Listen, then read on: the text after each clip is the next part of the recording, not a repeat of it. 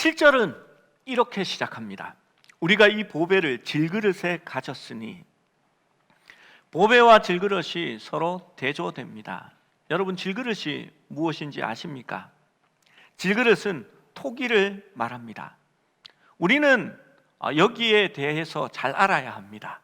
왜냐하면 우리는 빗살무늬 토기의 고장에 살고 있기 때문입니다.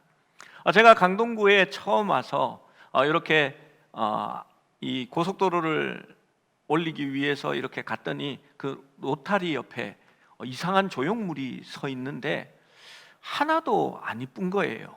그래서 제가 뭐 신석기 유물 같은 거를 그 옆에 세워놨다 뭐 이렇게 불평을 하고, 뭐 이쁘지도 않는데 저게 뭐야? 이렇게 얘기했습니다. 근데 제가 아주 정확하게 봤습니다. 그게 신석기 유물을 따서 세워놓은 거더라고요. 빗살무늬 토기 모양이었습니다. 길동으로 가다 보면 또 노타리에 그것이 서 있습니다. 바로 저겁니다. 우리 금방 이렇게 뛰어 찾아서 올라옵니다.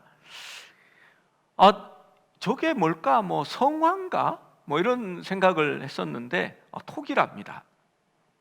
질그릇이 바로 토기를 말하는 겁니다. 여러분, 우리 단지로 쓰는 옹기와 지금 화면에 보이는 토기의 차이가 무엇인지 아십니까? 토기는 흙으로 빚어서 바로 구운 겁니다. 옹기는 뭐냐 하면 잿물, 우리 공짜면 양잿물도 마신다고 하는데 그 잿물, 그러니까 볏짚이나 나무를 태워서 재를 걸러낸 그걸 잿물이라고 하는데요, 그 잿물을 발라서 다시 구워내면 옹기가 되어집니다. 옹기가 비쌀까요? 토기가 비쌀까요? 당연히 옹기가 비쌉니다. 그래도 잿물이라도 한번 발랐지 않습니까? 특별히 옹기에 바르는 그 잿물을 오잿물이라고 말합니다. 요즘은 우리가 토기를 많이 봅니다. 우리 아까 사진을 한번 더 띄워주시면요, 왼쪽에 있는 그 토기는 실제로 예수님 당시에 이스라엘에서 쓰여지던 발굴된 토기입니다. 그리고 오른쪽에 있는 토기는 저기 가다 보면 금성 토기집이라고 유명한 토기집이 있습니다. 전국에서도 유명합니다. 그 토기집에 쌓여진, 과천 쪽에 있죠, 그 토기집에 쌓여진 토기 화분입니다. 둘 다 모양이나 색깔이나 그래도 비슷하지 않습니까? 분갈이를 위해서 하원에 가면 가장 싼 화분이 바로 이 토분입니다. 투박하고 거친 그릇들입니다. 질그릇 속에 있는 귀중한 보물은 사실 어울리는 말이 아닙니다. 질그릇은 값싸고 투박하고 잘 깨어집니다. 질그릇은 그 보물의 가치를 반영하지 않습니다. 다만 임시적으로 보관하는 방편으로 쓰여집니다. 질그릇과 보물의 대조가 오늘 이 구절의 핵심을 나타내는 겁니다. 흙을 빚어 적당하게 그늘에 건조하여서 불에 구워냅니다. 아주 흔한 질그릇들입니다. 이것들은 값싸고 깨어지기 쉬우며 교체가 가능하고 가치가 없고 평범합니다. 하지만 이 질그릇들이 가끔은 고대 사회에 금고와 같은 그런 역할을 합니다. 여러분, 전쟁이 나고 난리가 나면요, 은행에 돈을 넣어두는 게 안전하겠습니까? 아니면 산이나 들에 묻어두는 게 안전하겠습니까? 은행에 맡기겠습니까? 전쟁이 일어나면요, 은행부터 제일 먼저 털어갑니다. 오히려 들이나 산에 묻어두는 게 낫습니다. 그래서 고대에 있는 사람들은 질그릇에다가 보물을 담아서 밭에, 이스라엘은 산이 많지 않고 이렇게 협곡이나 그 밭에 그것을 묻습니다. 묻되 밭은 내 밭에 묻는 게 낫습니다. 왜냐하면 남의 밭에 묻으면 그거 발견한 사람이 내 밭에 있는 거니까 자기께 되잖아요. 그래서 내 밭에 그걸 묻어야 합니다. 그래서 마태복음 13장에 보면 밭을 갈고 있던 소장농이 그 밭에서 귀중한 보화를 발견하게 됩니다. 아마 쟁기질을 하다가 항아리 하나를 깨뜨렸겠지요. 그리고 그 안에 보니까 정말 놀라운 보화가 있습니다. 여러분, 그럼 어떻게 해야 합니까? 내가 이걸 발견했습니다 하면 주인이 내 밭이니까 내 거야 할 겁니다. 과거에 누군가가 묻어놓은 보물이라면 여러분 다시 더 깊게 땅을 파고 파묻어야 됩니다. 그리고 성경에 보면 자기가 가진 모든 것을 다 팔아 그 밭을 산다라고 말합니다. 그리고 나서 너무 당장 캐내면 속 보이니까 한 반년 정도 묵혀놨다가 이게 나왔네? 하면서 퍼내면 그게 바로 자기 거가 되는 겁니다. 귀중한 문서도 그렇게 보관합니다. 여러분, 여기에 얽힌 참 재미있는 사실이 있습니다. 이렇게 시간이 좀 가지만 제가 이럴 때 아니면 우리가 볼 수 없으니까 길게 한번 설명합니다. 세례요한이 요단강에서 세례를 베풉니다. 예루살렘에서 아래로 쭉 내려가면 요단강 바로 제일 하류 쪽이 나옵니다. 아마 거기쯤에서 세례를 베풀었겠지요. 세례요한은 에세네파 사람입니다. 철저하게 율법을 준수하고 바리새인들과 사두개인 같은 사람들과 어울리지 않고 저 사람들하고 사느니 우리는 수도원적으로 광야에서 살아가겠다 하는 사람들이 에세네파 사람들입니다. 이들은 거친 털옷을 입고 또 식량을 구할 수 없으니까 광야에서 구할 수 있는 메뚜기와 석청을 먹고 살았던 그러한 이렇게 파라고 얘기해야지요. 그러한 사람들이었습니다. 로마에 의해 이스라엘이 멸망하여질 때에 특별히 하나님에 대해서 열심이었던 이 에세네파 공동체들이 도망을 가서 이제 마지막 마사다 요사와 같은 그런 곳에서 저항을 하고 싸워야 하는데 자기들이 가진 가장 중요한 보물들이 있었습니다. 이걸 감추어 두어야 하지 않겠습니까? 나중에 와서 찾아야 되거든요.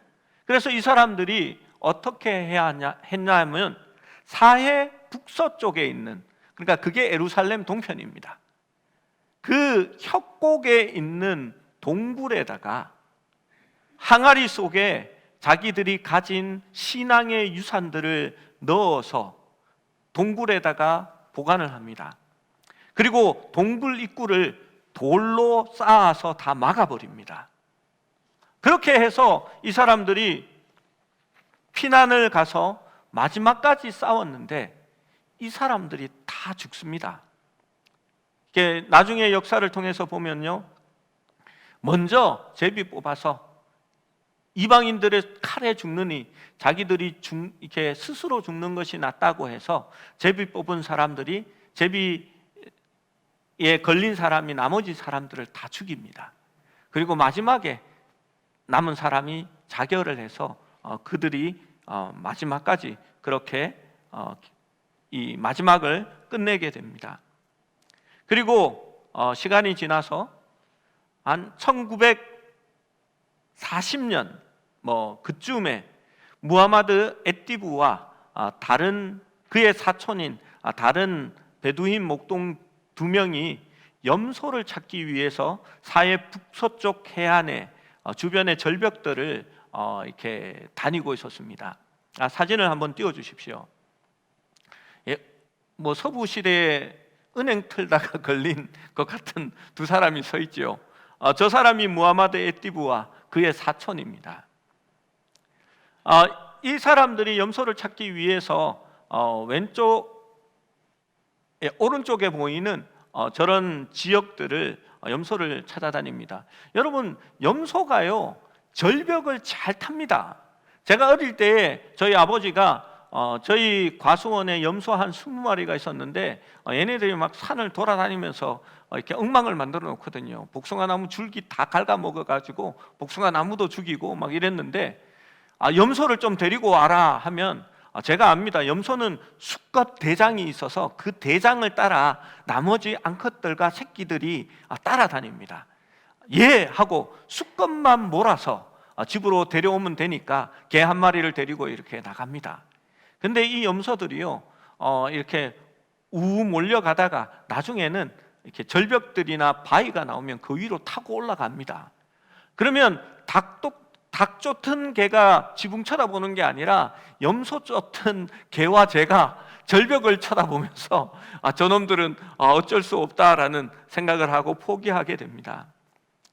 염소가 보이지 않자 이 두 사람이 이렇게 바위 절벽에 있는 그 구멍에 혹시 염소들이 들어가 쉬고 있지는 않은가 해서 돌을 가지고 자기들이 있는지 없는지도 모르는데 저기를 올라가 가지고 막 하기는 이렇게 어렵지 않습니까? 그래서 돌을 가지고 그 구멍에 던져 넣습니다. 염소가 있으면 뭐 매그리거나 맞아서 아프다고 튀어나오겠지요. 그런데 염소 소리는 나지 않고 갑자기 항아리 깨지는 소리가 나는 겁니다. 그래서 이 항아리 깨지는 소리를 듣고 이 세 사람이 거기로 올라갑니다. 앞에 수북히 쌓여있던 흙들과 돌들을 치우니까 동굴의 입구가 드러나는 겁니다. 여러분, 항아리가 있으면 뭐가 있다고요? 보물이 그 안에 들어있을 수 있기 때문입니다. 그래서 보물을 기대하고 들어가서 거기에 10개의 항아리들이 있었는데 그 항아리들을 열어보니까 가죽 양피지에 이렇게 글을 히브리어로 써놓은 이 두루마리들이 있었습니다. 이 요르단인들이기 때문에, 베두인들이기 때문에 히브리어를 읽지 못하잖아요. 그래서 옛날 고대 문서인 모양이다 라고 생각한 겁니다. 그래도 또 있을지 모른다고 해서 한 서너 번 그곳에 가서 뒤지기 시작하니까 이렇게 7개의 두루마리가 거기에서 나오게 됩니다. 그래서 이들이 베들레헴 한 골동품 상인에게 그것을 팔았습니다. 97불에 팔았다는 사람도 있고 110불에 팔았다라는 그런 내용이 있습니다. 그걸 골동품 상인은 예루살렘의 성마가 시리아 정교회 대주교인 아타나시우스 사무엘에게 그것을 다시 팔게 됩니다. 이 아타나시우스는 그것을 전시하고 전시회도 가지게 됩니다. 나머지 3개의 사본은 히브리 대학교의 수케닉 교수가 그것을 샀습니다. 그런데 아타나시우스는 이스라엘의 정세가 불안해지니까 이걸 팔기를 원했습니다. 그래서 월스트리트 저널에 판매 광고를 내게 됩니다. 수케닉 교수는 그의 아들 이간 야딘을 미국에 유학 가 있을 때에 그 아들에게 그것을 사도록 만듭니다. 이스라엘 정부의 후원을 받은 이 아들 이갈 야딘은 25만 불에 이 나머지 두루마기를 사게 됩니다. 현재 환율로 말하면 3억 3천이거든요. 그런데 우리나라 해방 직후에 3억 3천이면 여러분 엄청난 돈입니다. 제가 초등학교 다닐 때 집 한 채에 뭐 몇천만 원 할 때였으니까요. 이 두루마리들이 성서의 사본이라는 것을 사람들이 알게 됩니다. 그래서 1950년대 초에 고고학 연구소를 중심으로 해서 이 사본이 발견된 첫 번째 동굴과 주변에 있을 만한 동굴이 있을 만한 지역들을 뒤지기 시작해서 25곳의 동굴을 찾아내게 됩니다. 그리고 그 중에서 구리로 만든 두루마리가 발견된 세 번째 동굴을 비롯해서 총 11개의 동굴에서 900편에 가까운 다양한 문헌들이 두루마리로 형태로 양피지에 적혀진 문헌들이 발견되게 됩니다. 왜 나누어서 넣었을까요? 계란은 한 판에 담지 말라라는 말이 있습니다. 하나가 발견되어도 나머지 것이 살아 있어야 하니까 그렇습니다. 사진을 한번 보겠습니다. 11개의 동굴이 발견된 11개의 동굴에서 이 발견된 유적들이 있어서 발견된 동굴들마다 번호를 매겼습니다. 1967년 6.1 전쟁이 일어나서 그 6.1 전쟁이 일어나기 전까지는 예루살렘과 이 사해 쪽이 요르단이 통치하고 있었습니다. 그래서 여기에서 나온 유물들은 요르단 것이 되고요, 실제로 처음 발견된 이스라엘이 사들인 유물만 이스라엘이 가지고 있는 겁니다. 나중에 이제 6.1 전쟁 이후에 이스라엘이 그 땅을 빼앗아서 가져옵니다. 이제 조금 있으면 이스라엘이 가자도 자기 땅으로 가져올 그런 형편입니다. 여기에 그 전의 사진을 보여주십시오. 예, 보시면 사해 북쪽에 있는 그 협곡들입니다. 여기에 보면 굴들이 이렇게 나 있는 게 보이시죠? 예, 이쪽에도 있습니다. 이런 동굴이 있었는데요, 그 동굴 중에 예를 들어서 여기가 4번 동굴입니다. 다음 사진을 넘겨 주십시오. 4번 동굴의 입구고요, 안에 들어가면 이렇게 되어져 있습니다. 이 안에 항아리를 놓고 그 항아리 속에 성경의 사본들을 이렇게 모아 두었던 것입니다. 이 성경의 사본이 중요한 이유가요, 성경의 원본은 지금 남아 있지 않습니다. 사도 바울 과거에 썼던 구약 성경을 그대로 남아 있지는 않은데 필사본들은 엄청나게 많이 존재했습니다. 근데 여러분, 필사본들이 100% 똑같지가 않습니다. 사람들이요, 이 두꺼운 성경을 필사하면서요, 때로는 틀리기도 하고, 어떤 사람은 친절하게 이게 무슨 뜻인데 하면서 이렇게 조금 더 첨가해서 넣기도 했습니다. 그리고 그 성경을 다음 사람이 내가 좀 이렇게 써서 줄게 하고는 또 가져가서 자격 있는 사람, 서기관 같은 사람들이 그것을 또 필사합니다.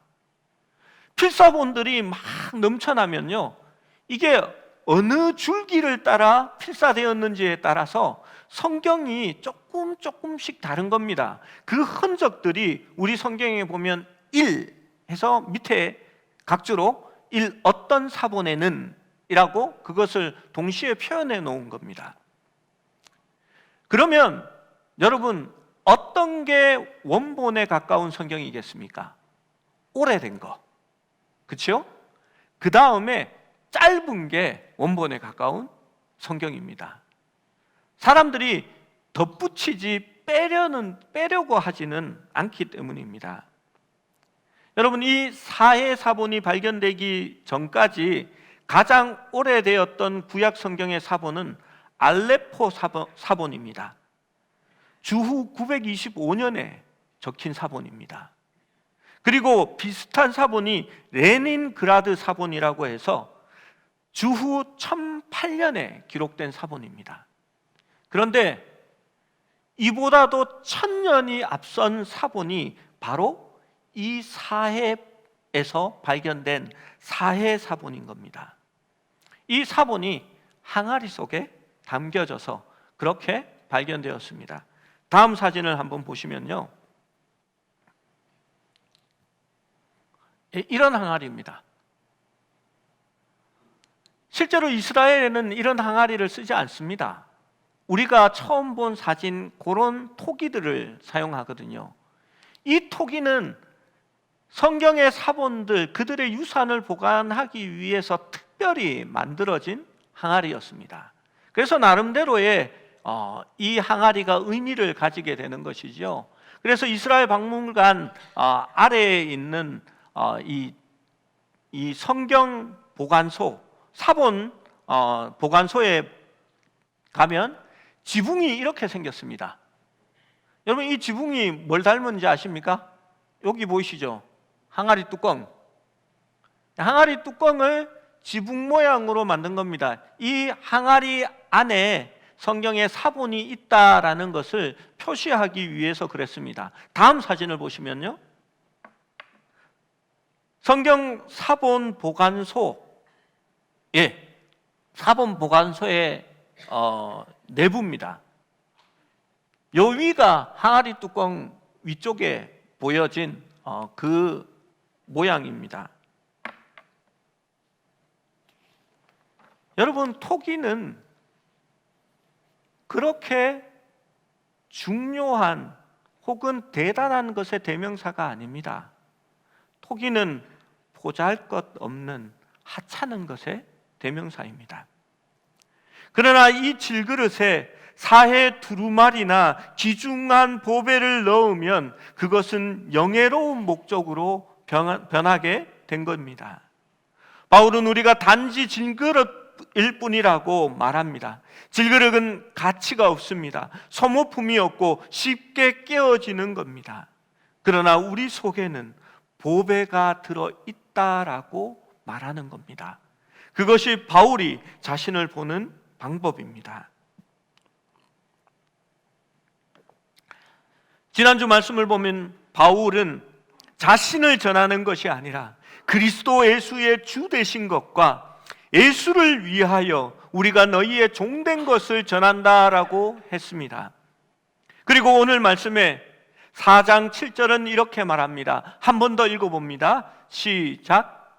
우리가 이 보배를 질그릇에 가졌으니 이는 심히 큰 능력은 하나님께 있고 우리에게 있지 아니함을 알게 하려 함이라. 여러분, 문화를 알았으니 배경을 살펴보아야 되겠지요. 고린도 교회에는 거짓 선생들이 들어왔고 잘못된 교리들을 가르치고 있었습니다. 그들은 바울이 선포한 진리를 무마하기 위하여 바울의 개인적인 결함을 근거로 하여서 바울을 공격합니다.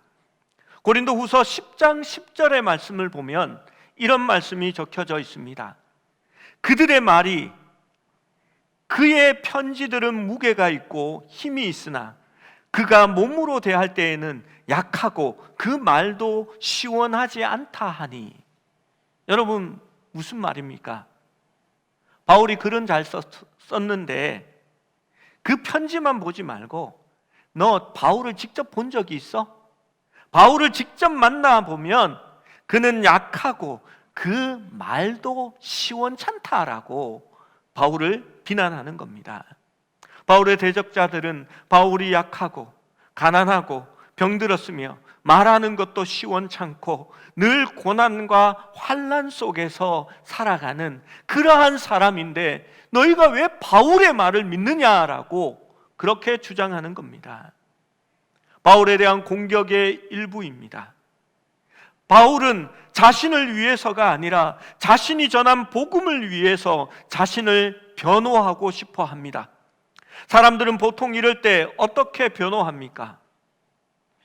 이준수 목사를 보니까 생긴 것도 실제로 별로고 화면에서 보면 좀 나은 것 같지만 실제로 만나보면 영 아니야. 얼굴에 벌써 검버섯도 있어.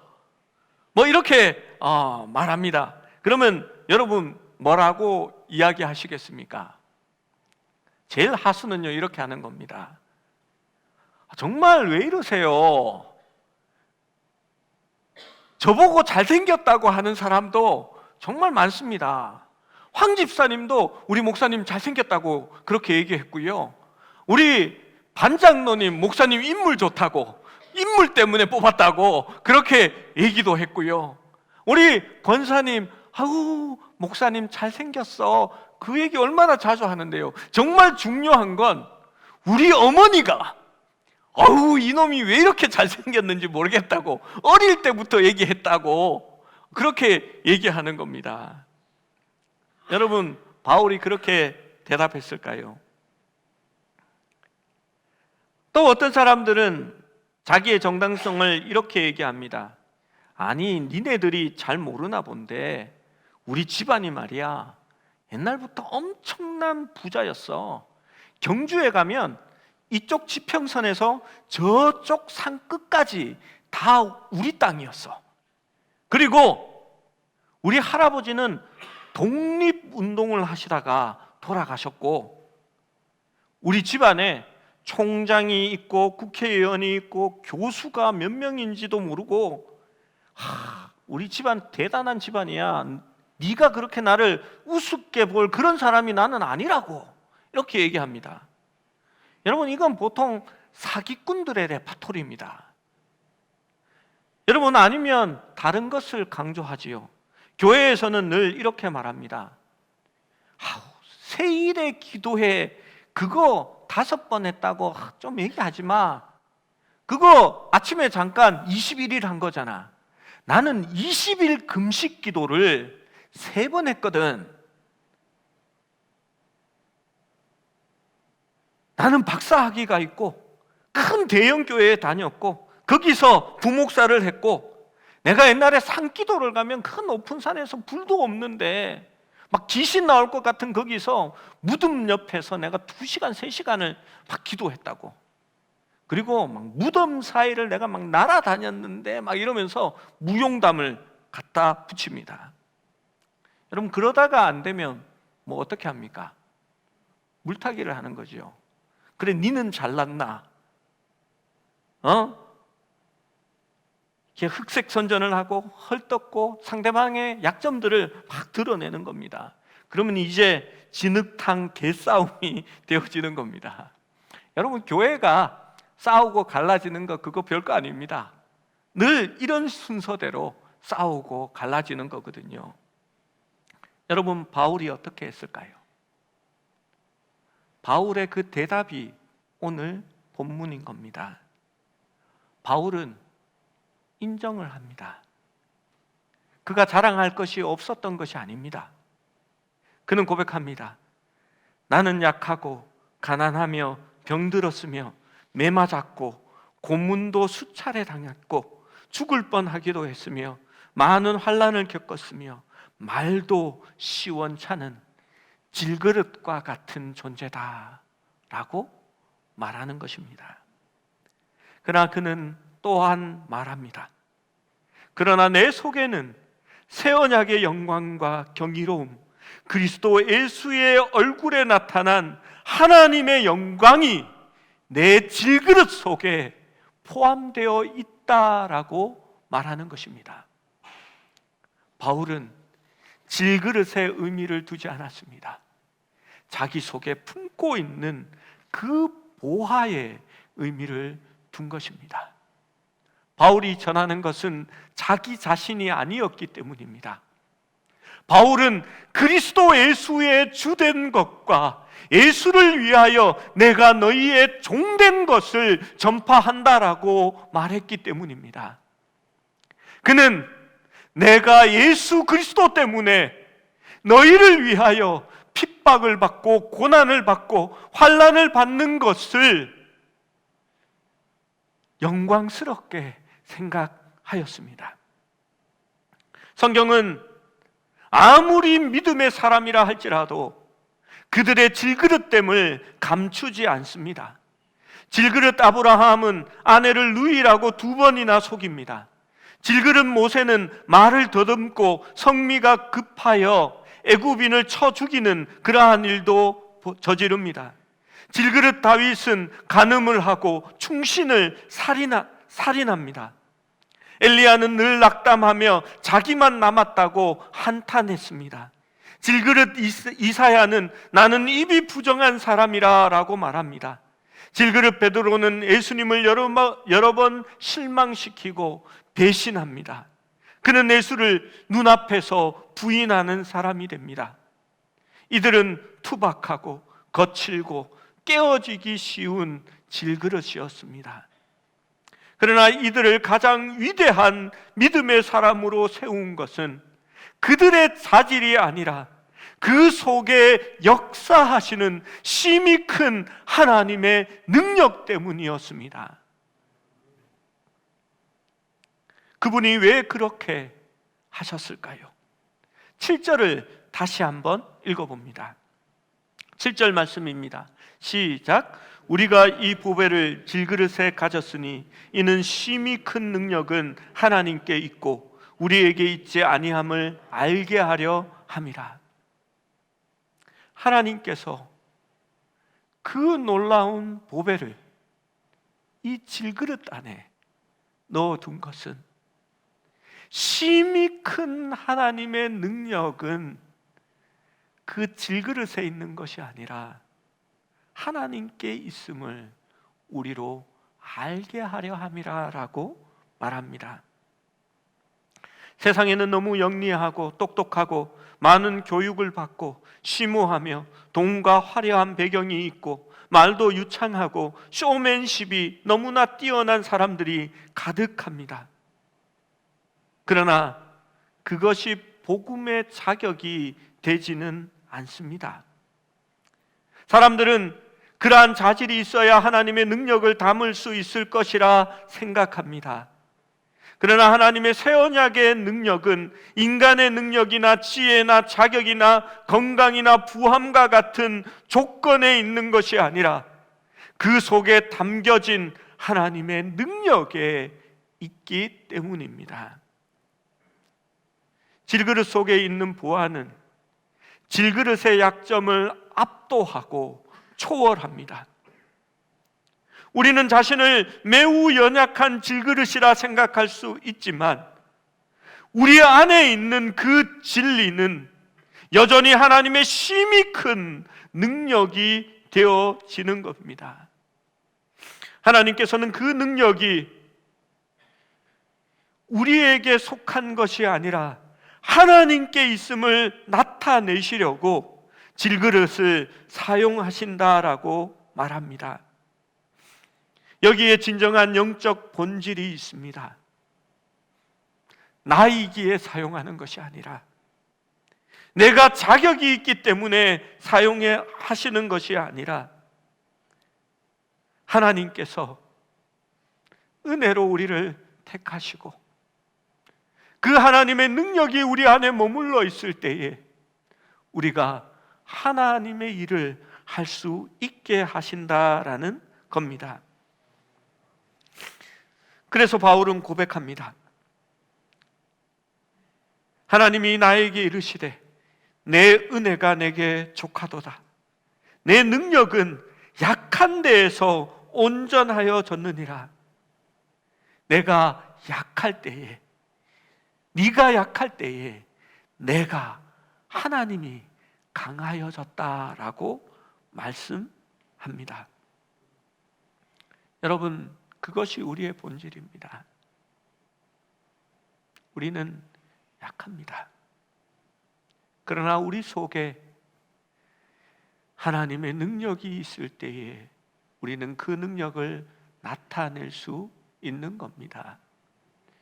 여러분, 나의 부함과 나의 잘됨과 나의 성공을 나누는 것이 아니라 내 안에 계시는 하나님의 은혜와 그 하나님의 인도하심을 이야기하고 나눌 때에 우리가 하나님의 능력을 함께 공유하는 공동체가 되어지는 것입니다. 병들고 고난에 찌든 한 유대인을 하나님은 선택하셨습니다. 그리고 그분의 귀한 보물을 그 작은 질그릇 항아리 속에 넣어 두신 겁니다. 그리고 그는 놀라운 하나님의 일들을 행하기 시작합니다. 비록 때로는 배고프고 매맞으며 죽을 뻔하기도 하고 하찮은 언어 구사력에도 불구하고 그는